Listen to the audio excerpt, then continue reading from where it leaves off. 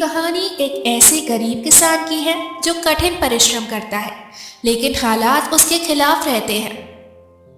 वही एक अमीर सेठ है जो धनवान होते हुए भी स्वार्थी और कठोर है। समय और परिस्थितियां दोनों को एक नया दृष्टिकोण सिखाती है। सुबह का समय, किसान का छोटा सा सूखा खेत। किसान मिट्टी के हाथों से सहलाते हुए सोचता है, उसकी पत्नी और बच्चे झोपड़ी के अंदर बैठे हैं। हे भगवान, कितनी मेहनत करता हूँ फिर भी फसल नहीं होती। बारिश न होने के कारण खेत बंजर हो गया है। बच्चों के पेट भरने के लिए अनाज भी नहीं बचा। अब क्या करूँ? रामू के पापा, आज घर में सिर्फ थोड़ी सी रोटी बची है। बच्चों को खिला दूं या आप खाएंगे?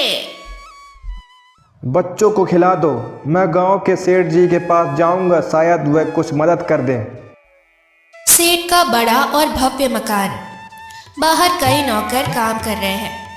किसान थका हारा दरवाजे पर दस्तक देता है।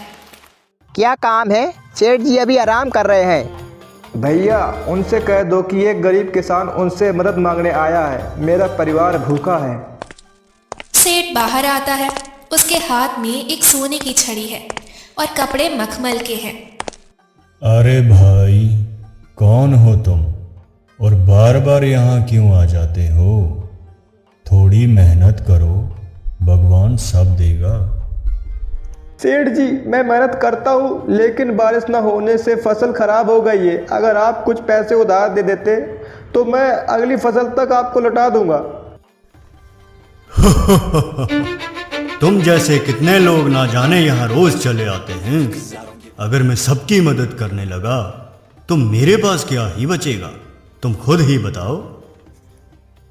किसान निराश होकर लौट जाता है। किसान रास्ते में थककर मंदिर के पास रुकता है। वहां एक संत ध्यान कर रहे होते हैं।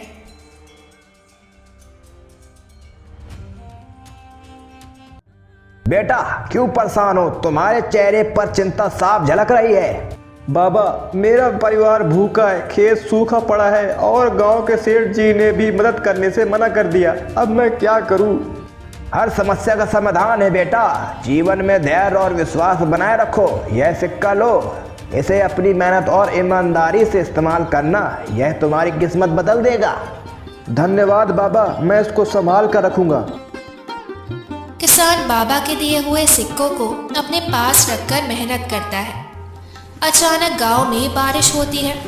किसान का खेत हरियाली से भर जाता है। हे भगवान, आपकी कृपा से मेरी मेहनत सफल हुई। अब मेरे बच्चों को भूखा नहीं सोना पड़ेगा। सेठ की कई संपत्तियों में नुकसान हो गया है। उसे आर्थिक संकट का सामना करना पड़ता है।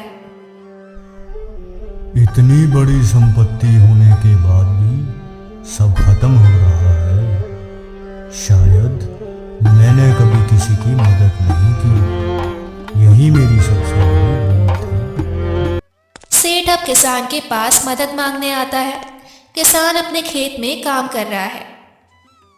अरे रामू, तुम्हारे हरे भरे खेत देखकर मेरी तो आंखें खुल गई। पिछली बार जब तुम मेरे पास आए थे, मैंने तुम्हें खाली हाथ ही लौटा दिया था। क्या तुम इस बार मेरी मदद कर सकते हो?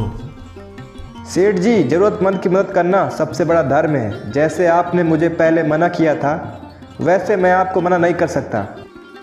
किसान सेठ की मदद करता है। सेठ अपनी गलती से सीख लेता है।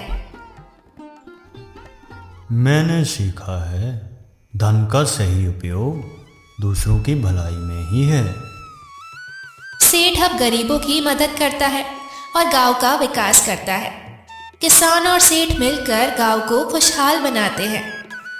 कहानी सिखाती है कि दूसरों की मदद करना मानवता का सबसे बड़ा कर्तव्य है।